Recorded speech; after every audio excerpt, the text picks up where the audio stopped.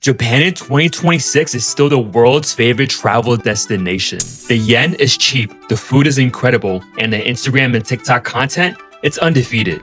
I visited there in October, and like yourself, I felt the pull. I want to try living there.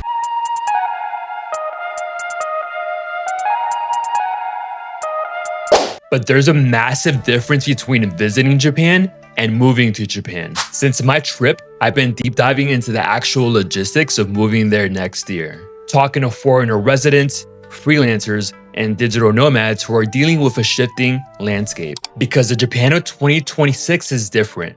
There's new economic laws, a new digital nomad visa that might be a trap, and economic realities that influencers won't tell you about. And if you're thinking of packing your bags to go there next year, similar to me, you need to know these 5 reasons why you might want to rethink that flight. Let's get into it.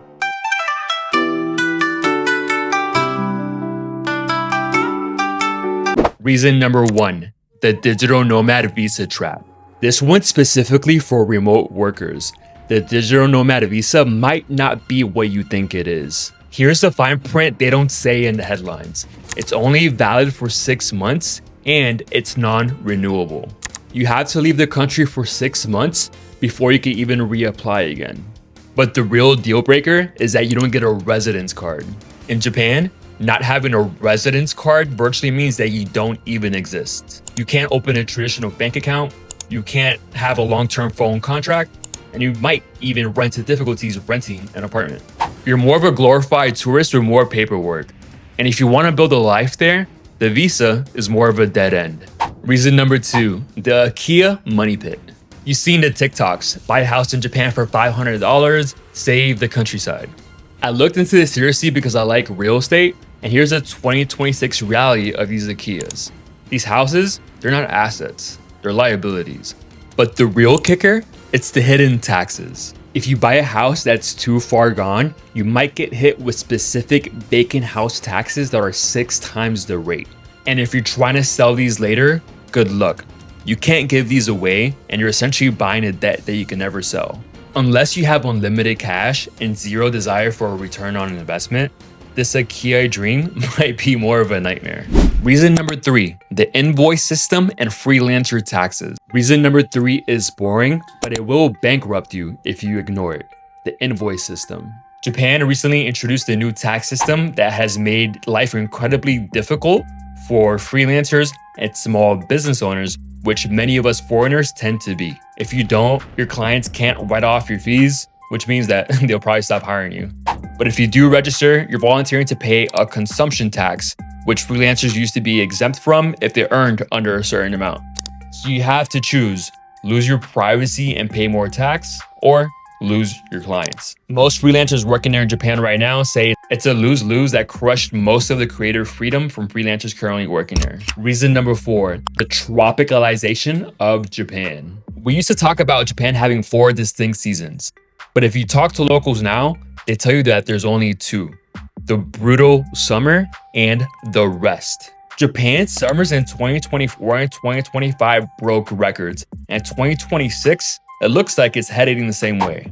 We're talking about wet bulb temperatures, where your sweat doesn't evaporate. It becomes a little bit more dangerous. And for 3 to 4 months of the year, you're essentially trapped inside.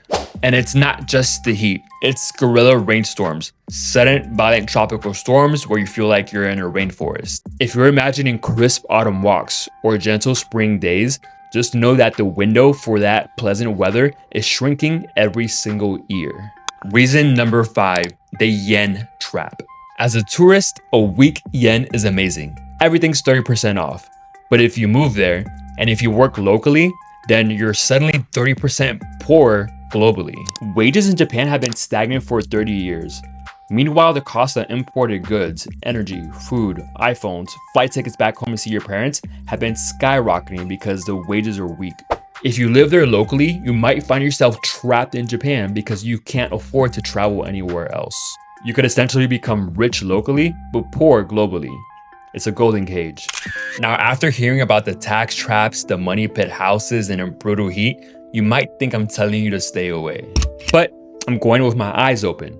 I know that I need to earn dollars, not yen. I know I shouldn't buy an old house immediately. I know that I'm gonna need to budget for some serious air conditioning. Japan is still an incredible place to live, but in 2026, it's not a hack or a paradise. It's a real country with real economic and social issues. I'll be documenting my own move and all the struggles that we just spoke about on this channel. So if you wanna see me figure it out or fail trying, make sure you hit subscribe.